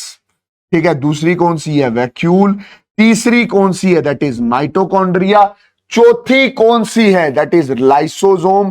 पांचवी ये साइटोप्लाज्मा, ये सेल ऑर्गेनेली नहीं है, ये फ्लूइड है। ठीक है, पांचवी कौन सी है? Golgi complex. और छठी कौन सी है? That is endoplasmic reticulum. यही हमने पढ़नी है, कुछ एक्स्ट्रा होगा वो भी बस साथ में बताएंगे। ठीक है, डन सर। अच्छा, पहली ऑर्गेनेली है राइबोसोम। अगर मैं अच्छे से बोलूं तो ये राइबोसोम प्रोकैरियोटिक में भी होता है, यूकैरियोटिक में भी होता है, बट जो प्रोकैरियोटिक का राइबोसोम है वो छोटा है, वो 70s है, और जो यूकैरियोटिक का है वो कौन सा है? That is 80s, 70-80, 70-80, 70-80, 70-80। Done sir. ये प्रोटीन फैक्ट्री है, ये प्रोटीन बनाता है सेल्स के अंदर। अगर कोई प्रोटीन बनाता है तो वो राइबोसोम है। जिस सेल में राइबोसोम नहीं होंगे वो प्रोटीन नहीं बनाएगा। हमारी पूरी बॉडी किससे बनी होती है? प्रोटीन से ही बनी होती है। Done. Made up of a protein. और ये खुद भी किससे बना होता है? प्रोटीन से बना होता है। अगर इसका स्ट्रक्चर देखो तो ये मस्जिद के मीनार जैसा है, जिसको हम क्या बोलते हैं? Dome shape. इसकी दो यूनिट्स होती हैं, एक लार्जर यूनिट होती है और एक स्मॉलर यूनिट होती है। और राइबोसोम को बनाता कौन है? इसको बनाता है न्यूक्लियोलस बनाता है। न्यूक्लियोलस कहां होता है? न्यूक्लियस, न्यूक्लियस के अंदर होता है क्या? न्यूक्लियोलस। पहले हमें आपको बता चुका हूं। फिर मैंने आपको क्या बोला, इधर ये जो स्ट्रक्चर आपको नजर आ रहा है, ये क्या है? न्यूक्लियस। अब न्यूक्लियस की ये वाली कौन सी मेम्ब्रेन है? ये है न्यूक्लियर मेम्ब्रेन। इस न्यूक्लियर मेम्ब्रेन से कुछ स्ट्रक्चर ऐसे बाहर आके बनता है, इसको हम बोलते हैं एंडोप्लाज्मिक रेटिकुलम। इस एंडोप्लाज्मिक रेटिकुलम पे अगर राइबोसोम्स आके जुड़ जाएं, ये जो है ना, ये क्या है? राइबोसोम्स आके जुड़ जाएं, इसको हम बोलते हैं रफ एंडोप्लाज्मिक रेटिकुलम। और अगर ये राइबोसोम ना जुड़े तो इसको बोलते हैं स्मूथ एंडोप्लाज्मिक रेटिकुलम। जहां राइबोसोम है वहां प्रोटीन बनेगा, जहां राइबोसोम नहीं है वहां क्या बनेगा? लिपिड बनेगा। हमारी पूरी बॉडी को बनी किससे होती है? या प्रोटीन से या लिपिड से। तो मतलब हमारी बॉडी के अंदर के जो स्ट्रक्चर्स बन रहे हैं, या मेरे सेल के अंदर जो प्रोडक्ट बन रहा है वो क्या बन रहा है? या प्रोटीन या लिपिड। और प्रोटीन और लिपिड बनाने में कौन मदद कर रहा है? या राइबोसोम, या रफ एंडोप्लाज्मिक रेटिकुलम, या क्या? Smooth endoplasmic reticulum. स्ट्रक्चर कैसा? ER मतलब endoplasmic reticulum is a large network of membrane board tubes and the sheet. ये क्या है? लार्ज नेटवर्क है इसका, ट्यूब्स का। ये ट्यूब जैसा स्ट्रक्चर है। ठीक है, अच्छा, long tubes type shape, tube जैसे शेप है इनकी। ठीक है, अच्छा, function, the endoplasmic reticulum can either be smooth, smooth मतलब नो राइबोसोम। अगर राइबोसोम नहीं है तो वो क्या बनाएगा? लिपिड बनाएगा। ठीक। In generally its function to produce the protein. Protein कौन बनाएगा? रफ एंडोप्लाज्मिक रेटिकुलम, जिसके ऊपर क्या होते हैं? राइबोसोम होते हैं। For the rest of the cell to function. Done sir. अब देख, मैं सीधा सीधा बोल रहा हूं कि ये जो हमारा एंडोप्लाज्मिक रेटिकुलम है ये दो तरह का है, एक है रफ, एक है स्मूथ। अब रफ पे राइबोसोम है और स्मूथ पे राइबोसोम नहीं है। भाई समझ, देख इधर, अगर ये स्मूथ होगा तो ये स्मूथ स्मूथ, राइबोसोम नहीं है। रफ पे ये राइबोसोम है, दिखे राइबोसोम? Yes sir. अच्छा देखो, structure rough endoplasmic has ribosome, smooth absent है राइबोसोम। ये क्या करेगा? साइट ऑफ प्रोटीन सिंथेसिस, ये प्रोटीन बनाएगा। और ये क्या बनाएगा? लिपिड्स के मॉलिक्यूल बनाएगा। मैं आपको बार बार बोल रहा हूं, हमारी बॉडी के अंदर या तो चीज लिपिड है या प्रोटीन है। मतलब मेरी बॉडी या तो प्रोटीन से बनी है या लिपिड से बनी है। अगर मैं अच्छे से बोलूं तो मेरे ये हेयर्स है, तो ये क्या है? प्रोटीन के बने हुए। अब इस प्रोटीन को बनना है ना मेरी बॉडी के अंदर, तो ये प्रोटीन कौन बना रहा है? राइबोसोम बना रहा है। आई बात समझ है कि नहीं है? अच्छा, मेरी बॉडी के अंदर हार्मोन से, वो हार्मोन किससे बने होते हैं? लिपिड से। तो वो लिपिड को कौन बना रहा है? That is smooth endoplasmic reticulum. अच्छा, फिर है गोल्गी कॉम्प्लेक्स। गोल्गी कॉम्प्लेक्स क्या बोलते हैं? इसका दूसरा नाम है traffic junction. Traffic junction, traffic junction मतलब, जंक्शन का मतलब होता है जहां से हर एक कोई चीज गुजरे। तो ये रहा हमारा क्या, that is Golgi complex. Golgi complex देख लो कैसा है, ट्रैफिक जंक्शन है। यहां पे जो भी चीज राइबोसोम बनाएगी, जो भी चीज रफ एंडोप्लाज्मिक रेटिकुलम बनाएगी, जो भी चीज स्मूथ एंडोप्लाज्मिक रेटिकुलम बनाएगी, वो यहां से गुजरेगी। किस किस के लिए? एक तो मॉडिफिकेशन करने के लिए, क्या करने के लिए? एक तो मॉडिफिकेशन मतलब अपने आप को थोड़ा मॉडिफाई करेगा, और दूसरा क्या करने के लिए? पैकेज करने के लिए। और ये स्ट्रक्चर भी आपको ट्यूब जैसे ही दिखेंगे। एक साइड से चीज जाएगी, यहां थोड़ी बहुत ही मॉडिफाई होगी और पैकेजिंग होगी और बाहर निकलेगी। और हमारा जो लाइबोसोम है वो भी एक प्रोडक्ट है, वो भी एक पैक्ड प्रोडक्ट है। बात समझ आई कि नहीं है? पैक करके निकला हुआ प्रोडक्ट है। बात समझ आई कि नहीं आई? मतलब राइबोसोम जो बनाएगा, एंडोप्लाज्मिक रेटिकुलम जो बनाएगा, उसको गोल्गी कॉम्प्लेक्स के अंदर से गुजरना पड़ेगा ताकि वो पैक होके बाहर निकले, ताकि वो चीज खराब ना हो। It consist of system of membrane bound vesicles flattened sac. ये फ्लैटेंड सैक लाइक स्ट्रक्चर है। बात समझिए, सैक लाइक स्ट्रक्चर है। बात समझ, सैक सैक सैक समझते हैं ना, sac like structure. Arrange approximately parallel to each other, parallel हैं एक दूसरे के, in a stack known as cisterns. इसको क्या बोलते हैं? सिस्टर्न्स। सिस्टर्न्स बोलते हैं। यार ना, ये पूरा जो बंडल बनता है इसको क्या बोलते हैं? सिस्टर्न। और ये ट्यूब्स होती हैं, और ये उसी मटेरियल से बनी है जिससे आपका प्लाज्मा मेम्ब्रेन बना है। इससे पहले एंडोप्लाज्मिक रेटिकुलम पड़ा है, वो भी उसी मटेरियल से बना है जो प्लाज्मा मेम्ब्रेन से बना है। These membrane often have connection with the membranes of endoplasmic reticulum। इसका कनेक्शन किसके साथ है? एंडोप्लाज्मिक रेटिकुलम के साथ। Therefore constitute another portion of the complex cellular membrane system। मतलब इसका कनेक्शन किसके साथ है? इसका कनेक्शन इधर पीछे है ना भाई साहब। ये कौन है? That is,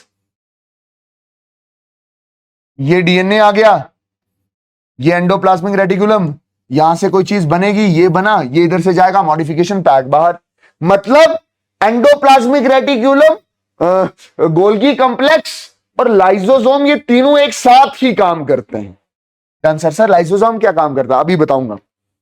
function, the material synthesise near the endoplasmic reticulum. जो मटेरियल सिंथेसाइज हुआ एंडोप्लाज्मिक रेटिकुलम के पास में या उसके बीच में, is packed dispatched to the various target inside and outside the cell through the Golgi complex। Golgi complex क्या काम करती है? पैकेजिंग का काम करती है। मतलब हमारा सेल एक फैक्ट्री है जिसमें चीजें बन रही हैं और पैक हो रही हैं। बना कौन रहा है? Endoplasmic reticulum. किसके ऑर्डर से बना रहा है? डीएनए के ऑर्डर से बना रहा है। Yes, its function include the storage. ये कभी कभी कोई चीज स्टोर करता है, मॉडिफिकेशन करता है। मान ले ऐसी प्रोटीन बनी जो थोड़ी खराब थी, उसको सही किया। ऐसी प्रोटीन बनी जिसमें शुगर को ऐड करना था, उसको मॉडिफाई किया। Packaging of product in the vesicles. Vesicles कौन से हो गए? वेसिकल्स हो गए ये पैकेट्स, ये जो पैक होके पैकेट निकले ना, इसी को हम क्या बोलते हैं? वेसिकल्स बोलते हैं।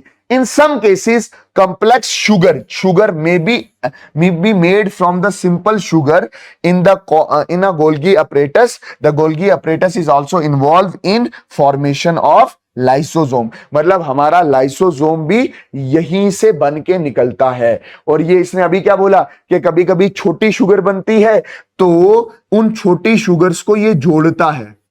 इस छोटी शुगर को क्या करता है? जोड़ता है, और क्या बनाता है? लार्ज कॉम्प्लेक्स शुगर बनाता है। बस सीधे बात याद रखो यार, सिंपल सा फंक्शन है, पैकेजिंग करता है, ज्यादा से ज्यादा मॉडिफिकेशन करता है, और ज्यादा से ज्यादा लाइसोसोम की क्या करता है? फॉर्मेशन करता है। ठीक है, डन सर।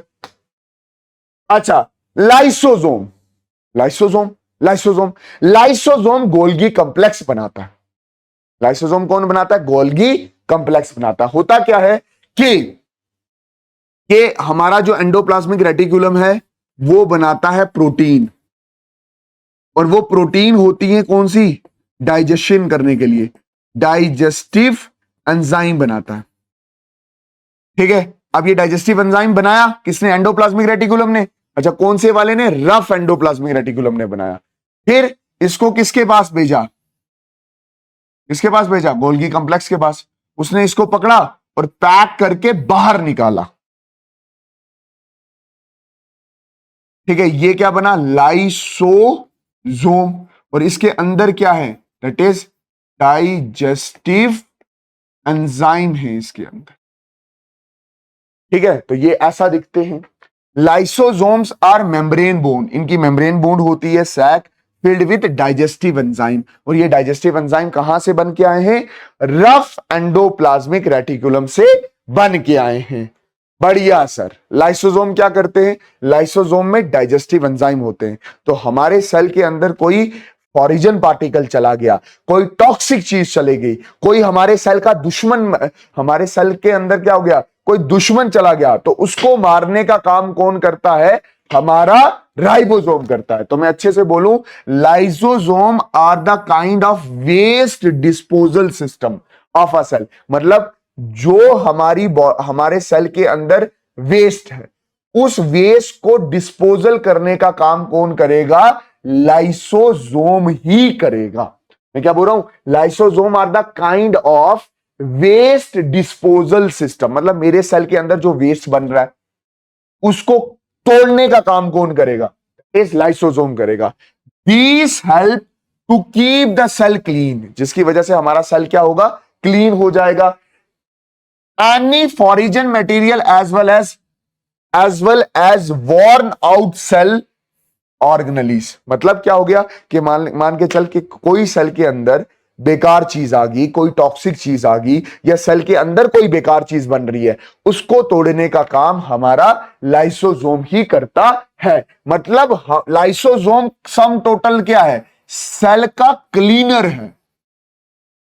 ठीक, और जब ये सेल को क्लीन कर रहा होता है, तब जब ये सेल को क्लीन कर रहा होता है तब ये अपने आप को भी डिस्ट्रॉय कर देता है, इसलिए इसको सुसाइडल बैग्स भी बोलते हैं। ठीक है, lysosome are able to do this because they contain the powerful digestive enzyme capable of breaking down all organic material. ये इसलिए ये कर सकता है क्योंकि इसके पास पावरफुल डाइजेस्टिव एंजाइम होते हैं जो चीजों को तोड़ सकते हैं। During the disturbance in the cellular metabolism, example when the cell get damage, lysosome may burst and enzyme digestive their own cells. Therefore, lysosomes are also known as suicidal bags of the cells. मतलब जब भी ये जो lysosome है ये अपना काम कर रहा होगा, जब भी लाइसोसोम अपना काम कर रहा होगा तो ये अपने आप को भी बर्बाद कर देता है। तो ये क्या हुआ, सुसाइडल बैग, मतलब ये हमारे सेल को साफ करेगा। और ये भी याद रख लेना कि भाई साहब अगर कोई सेल पूरा खराब हो जाता है तो उसको भी सफा चट, उसको भी सफा चट, उसको भी मिटाने का काम कौन करता है, लाइसोसोम करता है। During the disturbance in a cellular metabolism, for example when the cell get damage, cell बर्बाद ही हो गया, लाइसोसोम में बर्स्ट, लाइसोसोम फटेगा, खुद बर्बाद हो जाएगा। And the enzyme digest their own cell, और उसके एंजाइम उसी सेल को क्या कर जाएंगे, खा जाएंगे। Therefore lysosomes are also known as suicidal bags. Done sir. अब मेरी बात सुनना, एक सिस्टम होता है जिसको आप बोलते हो एंडोमेम्ब्रेन सिस्टम। अब ये जो एंडोमेम्ब्रेन सिस्टम है, ये जो एंडोमेम्ब्रेन सिस्टम है, ये तीन चीजों से मिला के काम करता है, endoplasmic reticulum, Golgi complex and lysosome. ये तीनों एक साथ ही काम करते हैं। देख इधर सुनना, ये डीएनए ने ऑर्डर दिया एंडोप्लाज्मिक रेटिकुलम को, या रफ एंडोप्लाज्मिक रेटिकुलम को, कि तू प्रोटीन बना। इस प्रोटीन को पैक किया किसने, गोल्गी कॉम्प्लेक्स में। और अगर ये प्रोटीन क्या हुई, दैट इज डाइजेस्टिव एंजाइम हुआ। ठीक, तो ये हमारे पास क्या बनेगा, लाइसोसोम बनेगा। अच्छा, अगर मैं अच्छे से बोलूं तो लाइसोसोम के अंदर क्या है, that is digestive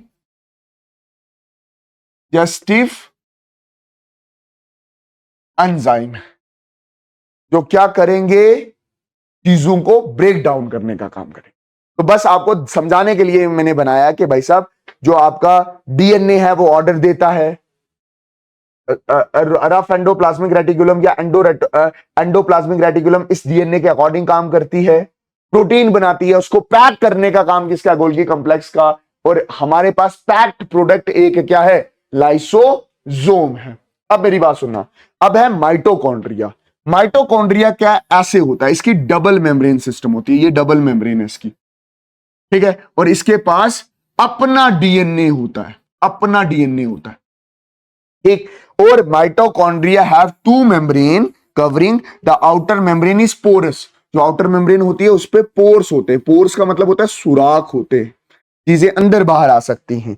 while the inner membrane is folded, अंदर वाली मेम्ब्रेन देखा मैंने फोल्डेड बनाई है, क्या बनाई है, फोल्डेड बनाई है। और ये power house of the cell है, ये क्या है, power house of the cell है, power house of the cell है।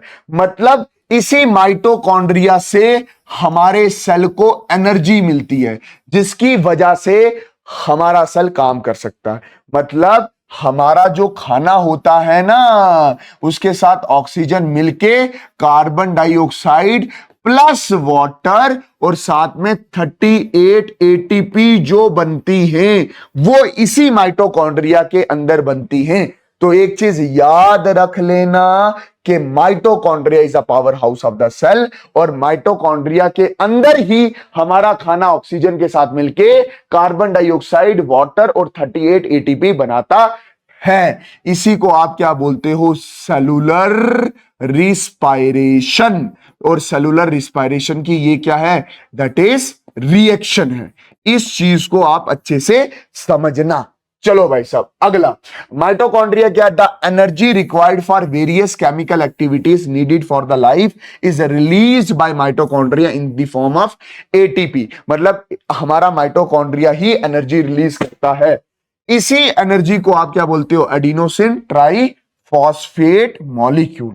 इसी एटीपी को आप क्या बोलते हो, एडिनोसिन ट्राइफॉस्फेट मॉलिक्यूल। आगे देखना, ATP is known as the energy currency.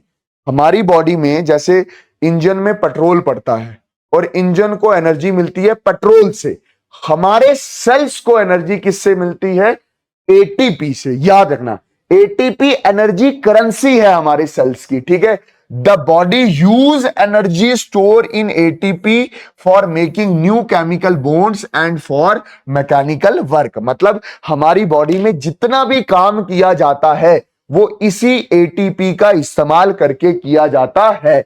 Mitochondria are strange organelle in the sense that they have their own DNA. अभी मैंने क्या बोला कि हमारा जो माइटोकॉन्ड्रिया है वो स्ट्रेंज ऑर्गेनली है, क्योंकि ये केवल ये और क्लोरोप्लास्ट स्ट्रेंज ऑर्गेनली है, क्योंकि इन्हीं दोनों के पास क्या होता है, डीएनए और राइबोसोम भी होता है। Therefore mitochondrias are able to make some of their own proteins. मतलब कि हमारा जो राइबोसोम है इसके पास अपना डीएनए भी होता है और अपना राइबोसोम भी होता है। इसी वजह से क्या बोल रहा हूं, इसी वजह से ये हमारा माइटोकॉन्ड्रिया अपनी प्रोटीन बना सकता है, और अपना डीएनए है तो मतलब अपने करैक्टर भी क्या कर सकता है, डिजाइन कर सकता है, अपने हिसाब से प्रोटीन बना सकता है। कौन, माइटोकॉन्ड्रिया। ये इसका यूनिक फीचर है। अच्छा, इसके बाद है हमारे पास प्लास्टिड्स। अब मैं अच्छे से बोलूं, प्लास्टिड्स सिर्फ प्लांट में प्रेजेंट होते हैं। Plastids are present only in plants. अब प्लास्टिड सिर्फ प्लांट में प्रेजेंट होते हैं, और प्लास्टिड की एक टाइप होती है दैट इज क्लोरोप्लास्ट। ये पढ़ने के लिए मैं प्लास्टिड पढ़ा रहा हूं। मैं आपको क्या बोल रहा हूं, प्लास्टिड सिर्फ किस में होते हैं, सिर्फ प्लांट्स में होते हैं, और इसके 3 टाइप्स होते हैं। कौन कौन सा, leucoplast, chromoplast and chloroplast. Leucoplast कौन सा है, जिसका कलर नहीं है, कोई भी कलर नहीं है, सिर्फ क्या स्टोर करेगा प्लांट्स में, लिपिड स्टोर करेगा, कभी कभी स्टार्च भी स्टोर कर सकता है, मतलब खाना स्टोर कर सकता है। प्लांट में जो स्टोर फूड होता है वो क्या होता है, स्टार्च होता है। अच्छा, क्रोमोप्लास्ट क्या होता है, कलर्ड होते हैं, कलर्ड। ये कहां कहां प्रेजेंट होगा तू खुद देख। रेड कलर का एप्पल होता है, वो किसकी वजह से होता है, क्रोमोप्लास्ट की वजह से होता है। मिर्ची रेड कलर की हो जाती है, किसकी वजह से है, क्रोमोप्लास्ट की वजह से। ऑरेंज का छिलका ऑरेंज कलर का है, किसकी वजह से है, ये येलोइश कलर का किसकी वजह से है, दैट इज क्रोमोप्लास्ट की वजह से है। फ्लावर के कलर्स किसकी वजह से है, क्रोमोप्लास्ट की वजह से। अब हमारे पास जो सिलेबस में पढ़ना है वो है क्लोरोप्लास्ट। क्लोरोप्लास्ट प्लास्टिड की एक टाइप है और सिर्फ प्रेजेंट में किसमें प्रेजेंट होता है, प्लांट्स में प्रेजेंट होता है। इसकी दो लेयर होती है, एक है आउटर लेयर और दूसरी है इनर लेयर। और खाली यहां पे जो जगह है, ये जो जगह है इसको क्या बोला जाता है, स्ट्रोमा। अगर आप अच्छे से देखो क्या बोला जाता है, स्ट्रोमा। और फिर ये स्टैक लाइक स्ट्रक्चर है, ये स्टैक ये स्टैक ये स्टैक। एक स्टैक को बोलते हैं थैलाकॉइड, ये स्टैक बिल्कुल स्ट्रेट हो जाता है, इसको बोलते हैं ग्रेना। इन्हीं थैलाकॉइड्स के ऊपर पिगमेंट प्रेजेंट होता है जिसको बोलते हैं क्लोरोफिल। ये कौन से कलर का है, ग्रीन कलर का। इसी की वजह से ये क्या कर सकता है, सूरज की रोशनी ट्रैप कर सकता है।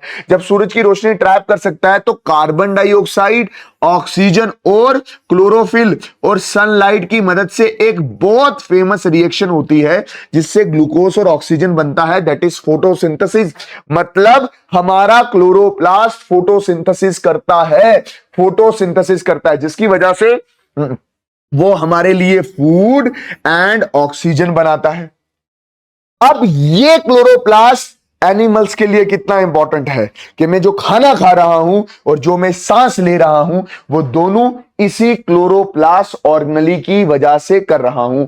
इसमें अगर आप ध्यान से देखो तो डीएनए भी है और राइबोसोम भी है।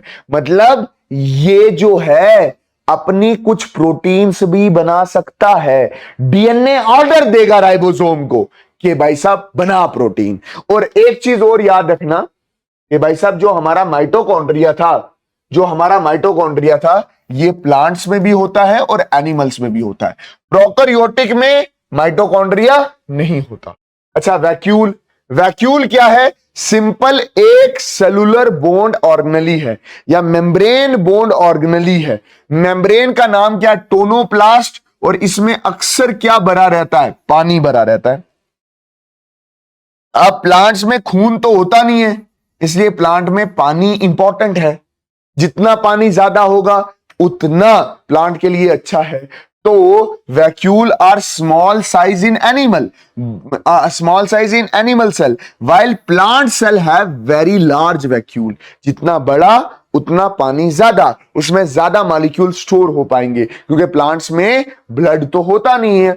The central vacuole of some plant cell में occupy 50 to 90% of cell volume. मतलब सेल में 90 से 50% तक वैक्यूल का हिस्सा रहता है प्लांट सेल में। इतना बड़ा वैक्यूल होता है प्लांट सेल में। In plant cell vacuoles are full of cell sap. Cell sap होता है, सेल सैप। सेल सैप मतलब सेल का पानी, इसमें पानी भी होता है और कुछ ऑर्गेनिक मॉलिक्यूल्स भी होते हैं। ठीक है, provide turgidity and rigidity to the cell. इसकी वजह से देखो ये जितना फूला होगा उतना सेल का शेप भी क्या होगा, मेंटेन होगा। आप खुद देखो जैसे फुटबॉल होता है ना, फुटबॉल के अंदर क्या होता है, दैट इज वो ट्यूब सी होती है। अगर वो ट्यूब बिल्कुल क्या हो, कोलैप्स हो, चपटी हो, तो फुटबॉल का कोई शेप होता है ना। जितनी फूली होगी, जितनी वो बड़ी होगी, तो सेल का भी साइज कौन मेंटेन करके रखता है, that is vacuole. Vacuoles are storage sac. ये storage sac for solid and liquid content, और अक्सर लिक्विड कंटेंट ही होता है और उसको क्या बोलते हैं, वाटर, या जिसको आप क्या बोलते हो, सेल सैप बोलते हो। Cell sap is what is cell sap? Cell sap is the blood of, cell sap यहां पढ़ा था हमने। Cell sap, what is cell sap? Cell sap is the blood. ये क्या है, ब्लड है, किसका, ब्लड ऑफ प्लांट। प्लांट में ट्रांसपोर्टेशन इसी से होती है। Amino acids, sugar, various organic acid, some proteins and important substance in the life of plant cells are store here, मतलब पानी भी होगा, ऑर्गेनिक मॉलिक्यूल्स भी होंगे, अमाइनो एसिड्स भी होंगे। अमाइनो एसिड्स क्या होते हैं? अमाइनो एसिड जुड़ जुड़ जुड़ के प्रोटीन बनता है, ये दिमाग में रखना, ठीक है। उसके बाद है सेल डिवीजन।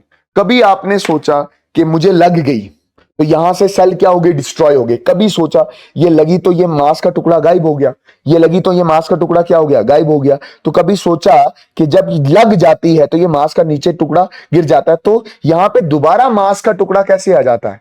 कैसे आ जाता है? दैट इज सेल डिवाइड करते हैं, ठीक है। तो सेल डिवीजन मतलब हमारे जो सेल्स हैं वो डिवाइड करते हैं, इसको आप बोलते हो सेल डिवीजन। आराम से सुनना, ये एक सेल था, डिवाइड किया तो कितने बने? 2 सेल बने। Cell division is the process by which parent cell divide into 2 और मोर डॉटर सेल, जिसमें पेरेंट सेल डिवाइड करके 2 डॉटर सेल बना रहा है। It help in growth. जैसे आप देखो तो बचपन में इतने छोटे से थे, अब आपकी बॉडी ने सेल ने डिवाइड किया तो आप बड़े हुए। क्या देख, जैसे फॉर एग्जांपल ये फिंगर है, मैं बचपन में मेरी फिंगर इतनी होती थी, क्या मम्मा ने ये तोड़ के नहीं फिंगर लगाई ना, यहां के सेल ने क्या किया? डिवाइड किया। सेल ने क्या किया? डिवाइड किया, और हमारी बॉडी की क्या हुई? ग्रोथ हुई, रिपेयर, एक्सीडेंट हुआ, ये यहां पे लग गई थी मुझे, दोबारा सेल्स आ गए। एंड रिप्रोडक्शन, रिप्रोडक्शन में क्या होता है? जो हमारी बॉडी के अंदर स्पर्म सेल बनते हैं वो भी किसकी वजह से बनते हैं? सेल डिवीजन से बनते हैं। और अभी के लिए आप बेसिक बेसिक याद रखो कि सेल 2 तरीके से डिवाइड हो सकता है। एक प्रोसेस को बोलते हैं माइटोसिस और एक प्रोसेस को बोलते हैं मियोसिस। याद रखना, क्या बोला मैंने? कि सेल 2 तरीके से डिवाइड हो सकता है, एक है माइटोसिस और दूसरा है क्या? Meiosis. Happen in body cells. ये किस में होगा? बॉडी के सेल्स में। जैसे हमारी बॉडी के सेल टूटा तो यहां पे सेल डिवाइड करके इसको क्या कर रहा है? रिपेयर कर रहा है। ये हमारी बॉडी सेल में होता है क्या? Mitosis. Helps you to grow and heal the wounds, जख्म बढ़ाने के। अच्छा, one division happen makes 2 new cell. और यहां पे एक सेल थोड़ा बड़ा होगा, ये देखो इसके डीएनए था, है ना, इसका क्या था? डीएनए था, ये डीएनए था, ये डीएनए था, ये डीएनए क्या हो रहा है? डबल। ये डीएनए क्या हो रहा है? डबल। ये डीएनए क्या हो रहा है? डबल। डीएनए डबल हो गया तो ये क्या हो गया? डिवाइड हो गया। डिवाइड हो गया तो एक डिवीजन से कितने बने? 2 सेल बने। एक डिवीजन से कितने सेल बने? 2 सेल बने। और ये हमारी बॉडीज में होते हैं। New cells are exactly same as that of the original cell. Each new cell has full set of chromosome. मेरे कहने का ये मतलब है कि भाई साहब जब माइटोसिस हो रही होती है तो ये जो पेरेंट का सेल है और जो न्यू सेल बने हैं वो एग्जैक्ट सिमिलर होते हैं। ये दिमाग में रखना, माइटोसिस के दौरान कॉपीज होते हैं। देख, मान के चल ये मेरा हाथ है, यहां से टुकड़ा गया तो यहां पे जो टुकड़ा आएगा वो बिल्कुल सिमिलर आएगा ना, तो वो माइटोसिस से ही पॉसिबल है। नो मिक्सिंग जीन, कोई जीन मिक्स नहीं होती, कोई जीन मिक्स नहीं होती। नो वेरिएशन, कोई वेरिएशन नहीं आती, कोई वेरिएशन नहीं आती। जैसे पहले था वैसे ही है। बट जब आप स्पर्म सेल बनाते हो, स्पर्म बनता है, मेरे टेस्टिस में स्पर्म बनता है, टीन एज में आके हमारे टेस्टिस स्पर्म बनाते हैं, फीमेल में ओवरीज एग बनाती हैं, तो वो स्पर्म एंड एग भी क्या है? सेल्स। उन सेल्स के बनने के प्रोसेस को हम बोलते हैं meiosis. Happen in reproductive cells, जैसे स्पर्म, ठीक है। Make sperm or egg, egg या स्पर्म बनते हैं। 2 डिविजन्स हैपन, 2 बार डिवीजन होती है। देखो, ये एक सेल था, ये सेल थोड़ा बड़ा हुआ, इसके डीएनए कंटेंट भी बड़ा हुआ, एक डिवीजन हुई, मियोसिस फर्स्ट, तो 2 सेल बने। फिर क्या हुआ? मियोसिस सेकंड, तो कितने बने? 4 सेल बने। तो नेट में यहां 4 सेल बनते हैं। New cells are different from the original cells. Each cell has half of chromosome. मैं क्या बोल रहा हूं कि जो नए सेल बने हैं वो 4 बने हैं, और ये वाले जो नए सेल्स हैं ये पुराने सेल से नहीं मिलते। और यहां पे देखो क्रोमोसोम कितने? 1 2 3 4। इस एक सेल में देखो तो क्रोमोसोम कितने? 1 और 2। ऐसा हो जाता है। ऐसी डिवीजन भी हमारे सेल में होती है। तो सर आप ये अभी पढ़ा रहे हो सर, ये 11th का टॉपिक है, बट थोड़ा बेसिक तो देके जा रहा हूं ना। जीन्स गेट मिक्स्ड यहाँ पे जीन मिक्स हो जाते हैं और जो सेल्स बनते हैं वो पेरेंट सेल के सिमिलर नहीं होते। आगे स्पर्म और एग जाके मिक्स होगा तो बेबीज होंगे। क्या जो बेबीज होते हैं और जो पेरेंट्स होते हैं क्या उनकी शक्लें मिलती हैं? नहीं मिलती। तो रिप्रोडक्शन के वक्त जो सेल डिवीजन होती है वो अलग है और हमारी बॉडी रिपेयरिंग या बॉडी ग्रोथ के वक्त जो सेल डिवीजन होती है वो अलग है। ये अपने दिमाग में रख लेना। और ये हमारा क्या है? Join over official Telegram and WhatsApp channel. ठीक है, ये जेके बोस वाला का कौन सा है जी? Telegram channel. और ये क्या है? WhatsApp channel. बाकी इस वीडियो में मां कसम मुझे तो बहुत मजा आया है। बिल्कुल बेसिक से चले हैं, टॉप तक लेके गया हूं और सारी चीजें आपको करवाई हैं। मिलते हैं किसी और खूबसूरत सी वीडियो में। तब तक के लिए अल्लाह हाफिज, अल्लाह राखा, शुभ रात्रि, जय हिंद। जम्मू जिंदाबाद, कश्मीर जिंदाबाद, जम्मू कश्मीर जिंदाबाद, हिंदुस्तान जिंदाबाद, जय हिंद।